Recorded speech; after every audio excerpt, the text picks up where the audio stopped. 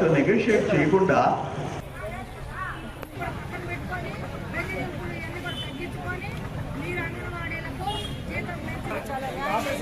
మీరు వెంటనే ఈ సమ్మెను విరమింపు చేయాలని చెప్పి మా తరఫున తెలియజేస్తాను.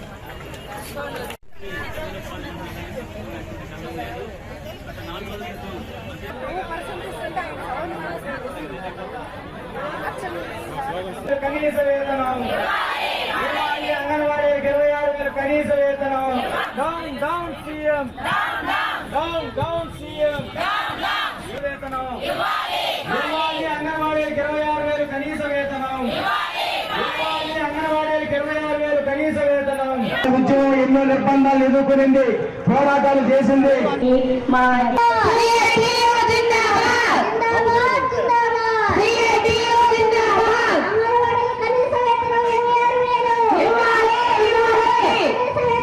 చేజర్ల వెంకటేశ్వర గారు వచ్చున్నారు, వారికి కూడా స్వాగతం తెలియజేసుకుంటూ ఉన్నాం.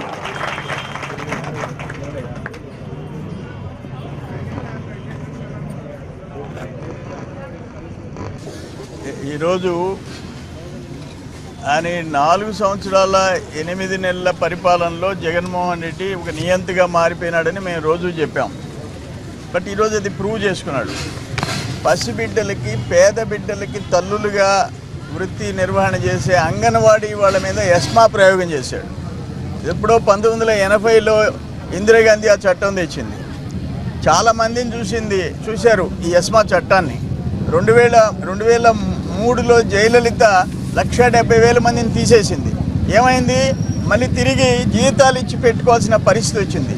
2006లో తెచ్చినారు, ఉమ్మడి ఆంధ్రప్రదేశ్ 9లో తెచ్చినారు. ఏమైంది? మళ్ళీ వెనక్కి తీసుకున్నారు. ఇప్పుడు 2022లో లాస్ట్ ఇయర్ ఆ పిఆర్సీ ఉద్యోగులు సమ్మె చేస్తుంటే ఆయన ఒక పక్కన మంత్రులతో కమిటీ సమావేశాలు జరుగుతుంటే ఆ mining director mines and geology Venkatareddy ESMA ప్రయోగించాడు. మళ్ళీ తోకముడిచి వెనక్కి తీసుకున్నాడు. ఇది కరెక్ట్ కాదు అంట. ఇప్పుడు మేము ఒకటే క్వశ్చన్ చేశాం. నువ్వేమన్నారు? తమరు జగన్మోహన్ రెడ్డి తెలంగాణ కంటే 1000 ఎక్స్ట్రా అన్నావు. వాళ్ళు 13,600 ఇస్తున్నారు, నువ్వు 14,600. ఈ 4 సంవత్సరాలు ఆ 3,600 వడ్డీతో కూడా కలిపి వాళ్ళకి ఏంటి? అట్లీస్ట్ అది చేయి, నువ్వు చెప్పింది చేయి.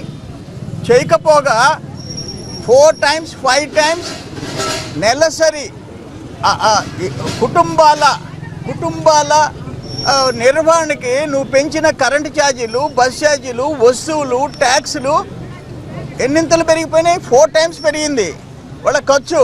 నువ్వు 1000 రూపాయలు పెంచేసి నేనేదో పెద్ద చేసేసానంటే మాట మీద నిలబడవా నువ్వు? అటు కాకుండా ఈరోజు ఒక డిక్టేటర్ లాగా ప్రవర్తించావు. ఎస్మా చట్టం ఆ తల్లుల మీద ప్రయోగించడం దుర్మార్గం.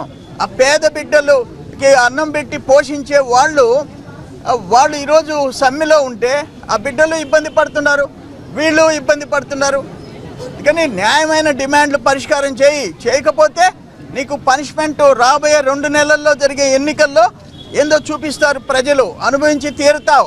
ఇది దుర్మార్గం. ఇది ఎస్మా చట్టాన్ని వెంటనే వెనక్కి తీసుకో, కాకపోతే నాశనం అయిపోతారు.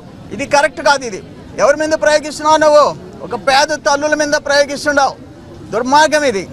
మా గవర్నమెంట్ వస్తుంది, దాన్ని ఎవడు ఆపలేడు.